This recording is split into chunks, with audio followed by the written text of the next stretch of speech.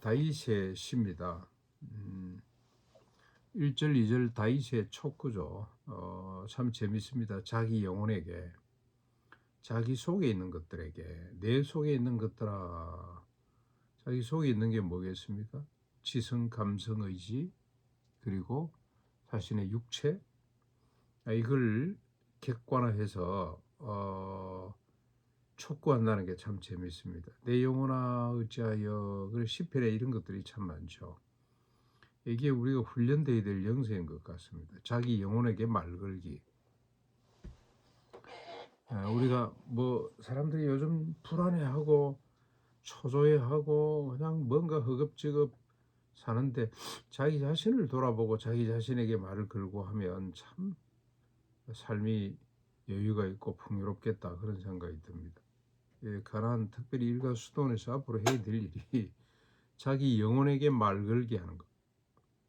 내 영혼아 네가 어찌하여 분주한고, 내 영혼아 네가 어찌하여 불안해하는고, 내 영혼아 하나님을 송축하자, 이렇게 촉구하고 살필 수 있는 이런 장이 됐으면 좋겠다 하는 생각을 합니다. 우리가 늘 살아가면서 자기 영혼에게 말 걸기, 자기를 돌아보고 자기를 촉구할 수 있는, 네가 왜 미워하냐, 네가 왜 그렇게 질투하냐, 네가 왜 그렇게 분주하냐, 이렇게 말 걸 수 있으면 얼마나 좋을까.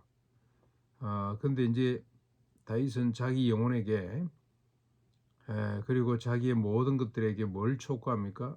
여호와를 송축하라는 겁니다. 그의 모든 언택을 잊지 말라고 촉구하고 있습니다. 그러면서 3절부터 14절까지 송축하는 이유, 우리가 여호와를 송축해야 될 이유, 우리가 잊지 말아야 될 하나님의 모든 언택이 무엇인지를 쭉 밝히고 있는데요. 참 이게 다윗의 특징이죠. 하나님에 대해서 논해보거라, 하나님에 대해서 감사해보자, 그러면 막 그냥 입에서 막 줄줄줄 나옵니다. 이 한 절 가지고 우리가 묵상하고 또 같이 대화의 내용이 되면 얼마나 좋을까. 우리의 노래가 되고 우리의 언어가 되고 우리의 대화가 되면 참 좋겠다. 우리가 주일 저녁 점심 먹으면서 이런 대화, 또 우리가 사적으로 개인적으로 또 서로 만나도 뭐 부부 사이에도 이런 대화가 주제가 되면 얼마나 풍요롭고 좋을까 하는 생각이 들면서 우리 같이 한번 보겠습니다. 3절부터 14절까지. 잊지 말아야 될 하나님의 모든 언택이 뭐냐. 지금 자기 영혼에게, 자기 자신에게 촉구하는 하나님을 송축해야 될 이유가 뭐냐. 3절에 그가 모든 죄악을 사하시며 모든 병을 고치시는 것. 그 다음에 4절, 생명을 파멸해서 속량하시고 인자와 긍휼로 관을 씌워주시는 것. 늘 생명을 지켜주시는 거죠.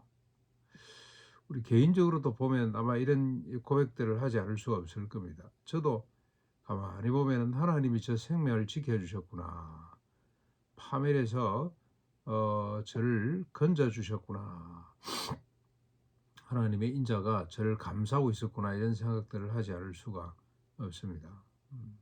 5절에 좋은 것으로 손을 만족해 하사 이 청춘을 뭐 인생으로 그냥 이해하면 좋을 것 같습니다. 독수리 같이 새롭게 해 주신 것. 좋은 게 뭘까요? 좋은 거. 뒤에 뭐 나옵니다만은 이 다윗에게 좋은 것은 정말 하나님 말씀대로 살고 싶은 것, 하나님의 뜻대로 공의와 인애를, 왕으로서 말이죠. 왕으로서 공의와 인애를 세우고 싶은 것, 이런 것들이죠. 그런데 하나님이 독수리처럼 힘을 주셔가지고 늘 만족하게 해주시는, 힘있게 그 길로 갈 수 있도록 자신의 손을 충족해 주시는 하나님의 은혜를 찬양하자고, 송축하자고 촉구하고 있는 거죠. 6절에 이게 참 다윗의 특징인데, 다윗은 왕으로서 아마 이런 게 감사의 내용인 것 같습니다. 공의로운 일을 행하시며 억압당하는 모든 자를 위하여 심판하신 것. 이게 하나님의 은택이죠. 송축해야 될 내용입니다. 공의로운 일을 행하시며 억압당하는 모든 자를 심판해 주시는 것. 그러니까 이스라엘 가운데 억압당하는 자가 한 사람도 없도록 하나님이 해주시는 것. 그게 공의죠. 모든 인간이 존엄하고 안전하고 행복하게 살아갈 수 있는 은혜를 베풀어 주신 것, 심판해 주시는 것. 이게 송축의 내용입니다. 근데 여러분, 공의를 행하고 억압당하는 자를 심판하시는 것은 이미 모세를 통해서 알려주셨고, 그래서 이스라엘 자손에게 율법을 통해서 알려주신 겁니다. 율법의 핵심 내용이죠. 핵심 가치. 이 법을 주신, 이걸 알려주신 하나님께 우리가 감사하지 않을 수가 없다. 그런 고백입니다. 8절 긍휼이 많으시고 은혜로우시고 노하기를 더디하시고 인자심이 풍부한 것. 9절 자주 경책하지 아니하시고 노를 영원히 품지 아니하시는 것. 10절 죄를 따라 인간을 처벌하지 아니하시고 죄악을 따라 그대로 갚지 않으시는 분.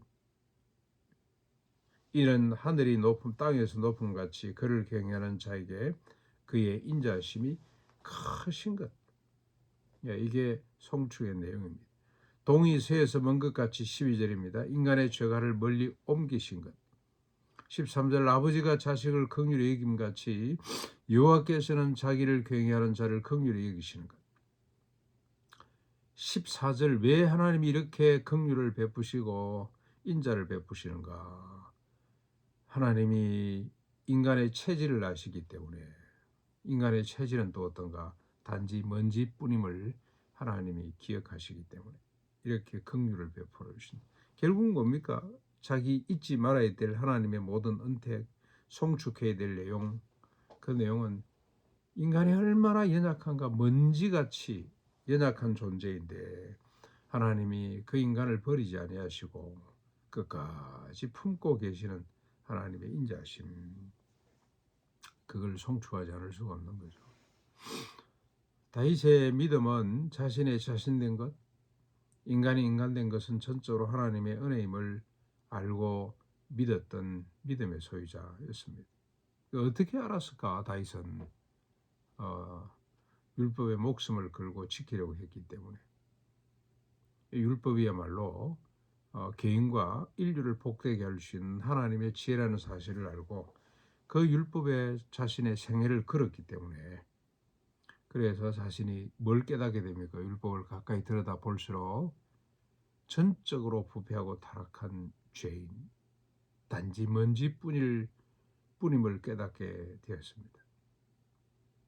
그런데 거기에 머무르지 않고 다윗은 무엇까지 봅니까? 어떻게 봤을까? 우리가 신명기를 좀 전에 우리가 묵상했는데 신명기만 봐도 다 알 수가 있어요. 하나님이 이 율법 때문에 예루살렘에 사람 하나 없게 되었을 때, 갇힌 자든 노인자든 사람 하나 없이 황폐하게 됐을 때, 그때 하나님께서 구원해 주시는데 어떻게 구원하십니까?